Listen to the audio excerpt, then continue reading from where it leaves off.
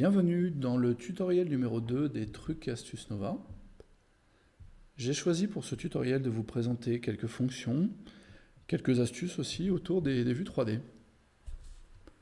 Et pour commencer, je vais me servir un petit peu comme prétexte d'une question utilisateur récurrente qui concerne l'impression des cadres par défaut dans Nova, pour vous présenter comment fonctionne le dialogue liste des vues du menu 3D, qui est un dialogue très important. Donc malheureusement, par défaut, on ne propose pas la possibilité d'activer l'impression des cadres. Donc si vous souhaitez cette impression, il va falloir aller la chercher. La manière la plus efficace est de passer donc par cette fonctionnalité qui va vous permettre d'une part de sélectionner en un clic l'ensemble des vues du dessin.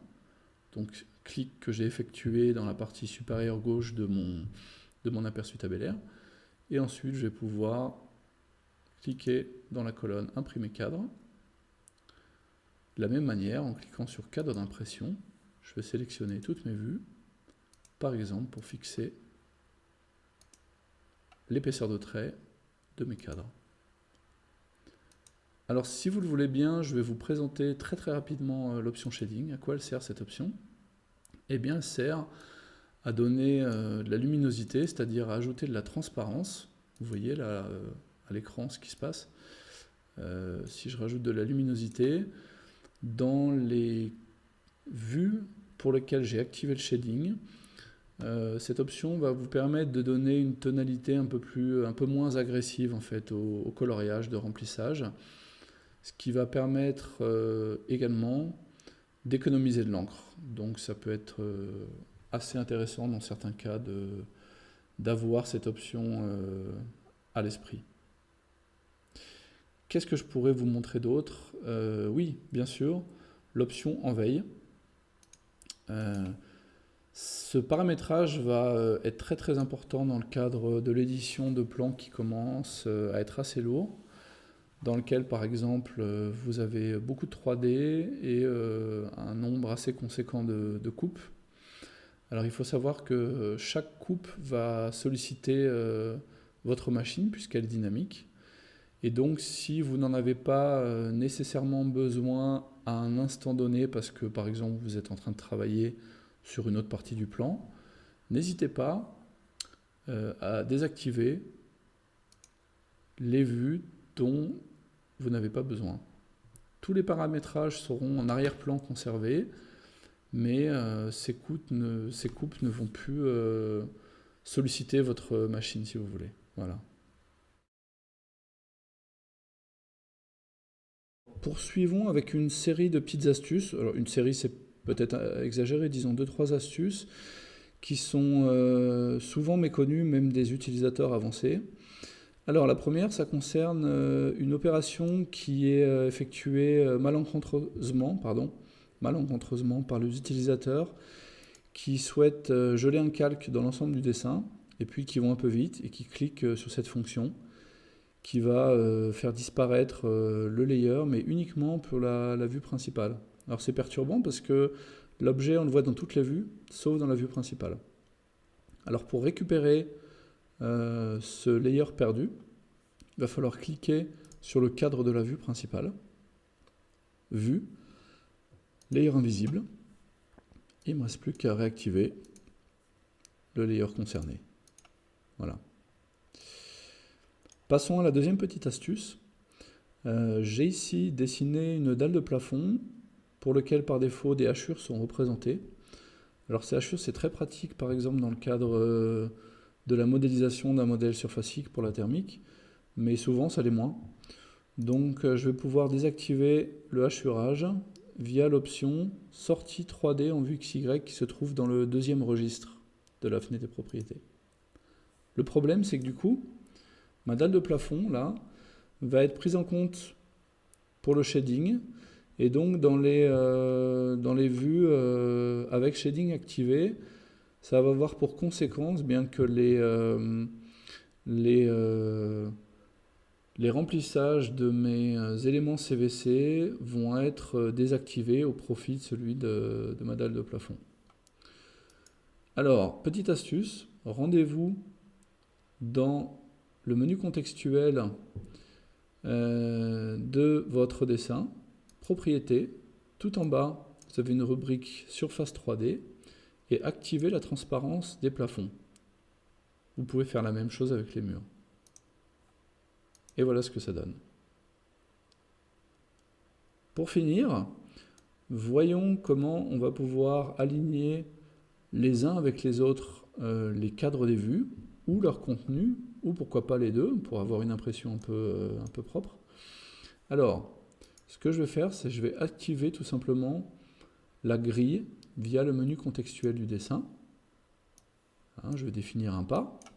Et puis surtout, un point 0, par exemple, allez, ici, en activant l'accrochage auto temporaire avec la touche CTRL, que je laisse maintenue. Je sélectionne mon coin, j'affiche et j'utilise la grille. Ça va me donner ça. Donc maintenant, il ne me reste plus que d'une part à aller caler les cadres les uns avec les autres, par exemple comme ceci. Voilà. Et d'autre part, à aller également synchroniser les contenus, comme ceci. Je fais un clic droit sur le cadre, centrer le contenu, pardon, déplacer le contenu. Je sélectionne en accrochage auto-temporaire avec la touche CTRL mon point de départ, et par contre, je laisse libre le point d'arrivée pour eh bien, laisser la main à la grille.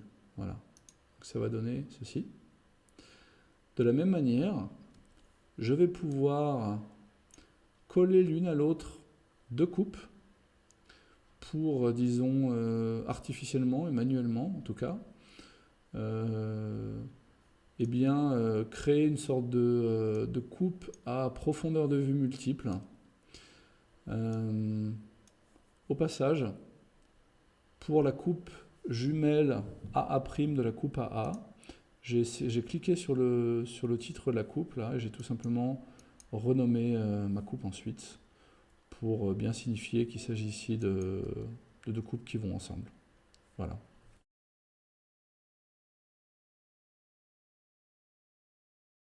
J'en arrive enfin au dernier point qui sera traité dans le cadre de ce tutoriel, et qui concerne les annotations dans les vues 3D en relation avec les espaces papier. Donc dans la coupe à l'écran qui a été placée dans l'espace modèle, j'ai inséré diverses annotations. Ça peut être des étiquettes, ça peut être des textes, etc. Et puis je vais transférer maintenant cette coupe dans un espace papier. Alors, par défaut, l'objet est systématiquement placé en bas à gauche. Je le déplace. Pardon, clic droit, déplacer. Et comme vous le constatez, les annotations n'ont pas été retenues. On peut discuter du bien fondé d'un tel comportement dans Nova, mais le fait est qu'il faut admettre que une coupe se trouvant dans l'espace modèle doit être interprétée comme un espace de travail uniquement et non pas comme un espace dédié à l'impression.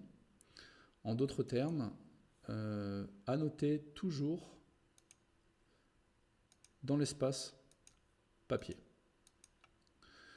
Alors vous allez me dire, oui, mais moi j'ai passé pas mal de temps à annoter une vue qui m'intéresserait pour plusieurs espaces. Donc c'est un petit peu ennuyeux de ne pas pouvoir récupérer les informations définies une fois, par exemple depuis l'espace modèle. Eh bien, ce que vous pouvez faire, c'est dupliquer via un clic droit dans l'espace papier, copier le layout, et donc de cette manière, vous allez récupérer la coupe que vous avez notée précédemment. Petite remarque au vol pour finir, sachez que vous pouvez aussi bien dans l'espace modèle que dans l'espace papier effectuer des vues dans des vues. Voilà, donc, par exemple ça peut donner ceci. Merci bien, c'est tout pour aujourd'hui et je vous dis à très bientôt.